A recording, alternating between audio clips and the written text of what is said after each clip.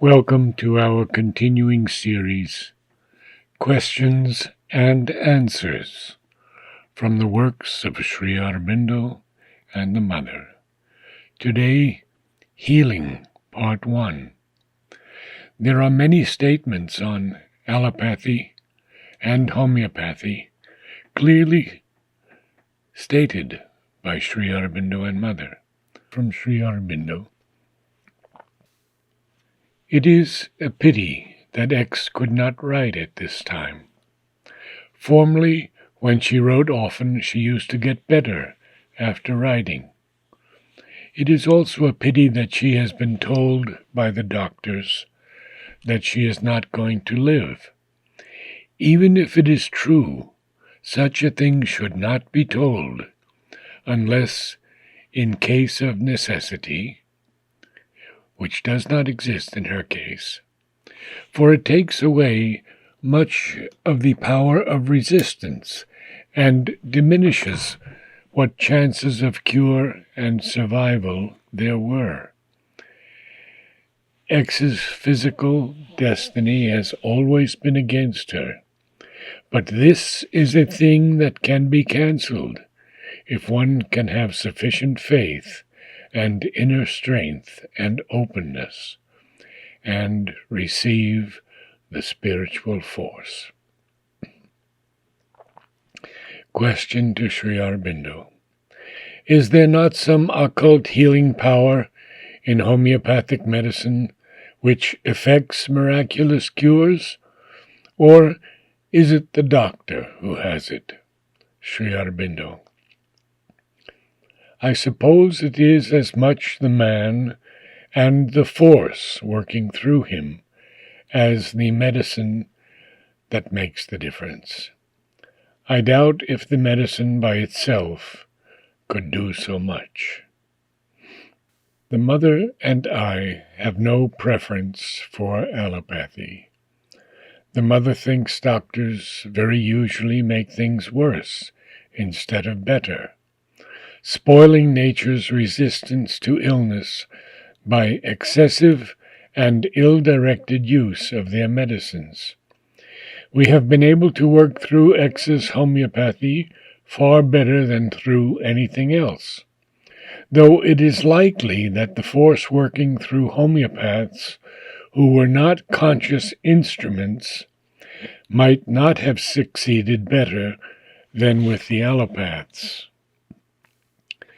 I must say that X's theories about disease are absurd, however successful he may be as a homeopath physician.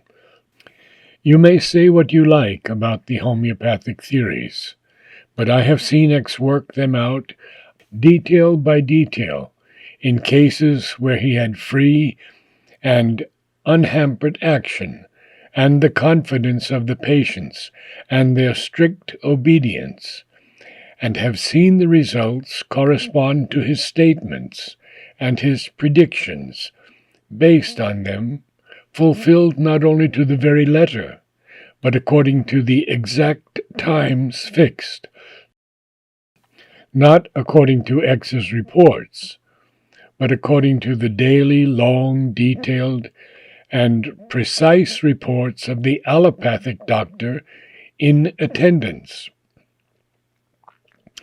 After that, I refuse to believe, even if all the allopaths in the world shouted in unison, that homeopathic theory or X's interpretation and application of it are mere rubbish and nonsense. As to mistakes, all doctors make mistakes, and very bad ones, and kill as well as cure. My grandfather and one of my cousins were patently killed by one of the biggest doctors in Bengal. One theory is as good as another, and as bad, according to the application made of it in any particular case. But it is something else behind that decides the issue.